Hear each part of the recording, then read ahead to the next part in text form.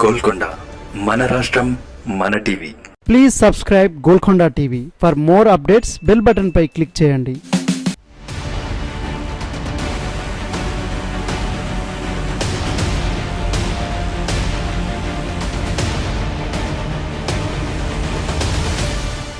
పంతొమ్మిది 1998 లోక్సభ ఎన్నికల్లో బీజేపీ 182 సీట్లు గెలిచి అతిపెద్ద పార్టీగా అవతరించింది. ఇతర పార్టీల సహాయంతో వాజ్పేయి ప్రభుత్వం ఏర్పాటు చేశారు.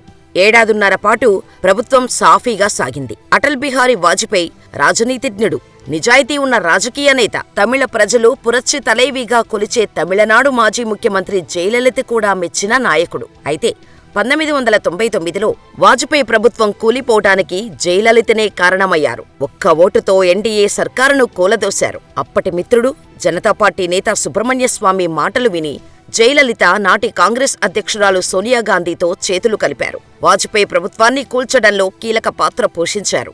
ఆ తర్వాత సుబ్రహ్మణ్యస్వామి ఆమెకు బద్ధశత్రువుగా మారారు. ఇక తనకు ఎంతో ఇష్టమైన రాజకీయ నేత వాజ్పేయి ప్రభుత్వాన్ని కూల్చినందుకు జయలలిత చాలాసార్లు బాధపడ్డారు. 1998 లోక్సభ ఎన్నికల్లో బీజేపీ 182 సీట్లు గెలిచి అతిపెద్ద పార్టీగా అవతరించింది. ఇతర పార్టీల సహాయంతో వాజ్పేయి ప్రభుత్వం ఏర్పాటు చేశారు. ఏడాదిన్నర పాటు ప్రభుత్వం సాఫీగా సాగింది. నాటి ప్రభుత్వానికి ఏఐఏడీఎంకే అధినేత్రి జయలలిత కూడా మద్దతు ఇచ్చారు. కానీ తర్వాత పరిణామాలతో మద్దతు ఉపసంహరించుకున్నారు. అయితే ఆ సమయంలో వాజ్పేయి ప్రభుత్వానికి అండగా ఉంటామని హామీ ఇచ్చిన బీఎస్పీ అధినేత్రి మాయావతి కూడా చివరకు హ్యాండిచ్చారు.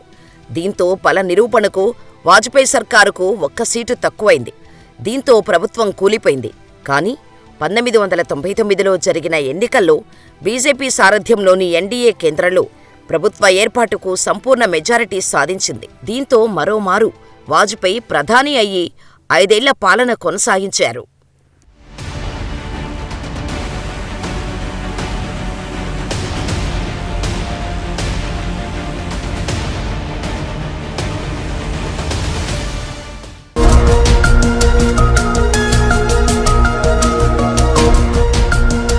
సత్యాలు చెప్పడానికి సాహసం కావాలి. నిజాలు చెప్పే పత్రికలు రావాలి. నిజం మా నైజం. మెట్రో పక్క తెలంగాణ దినపత్రిక.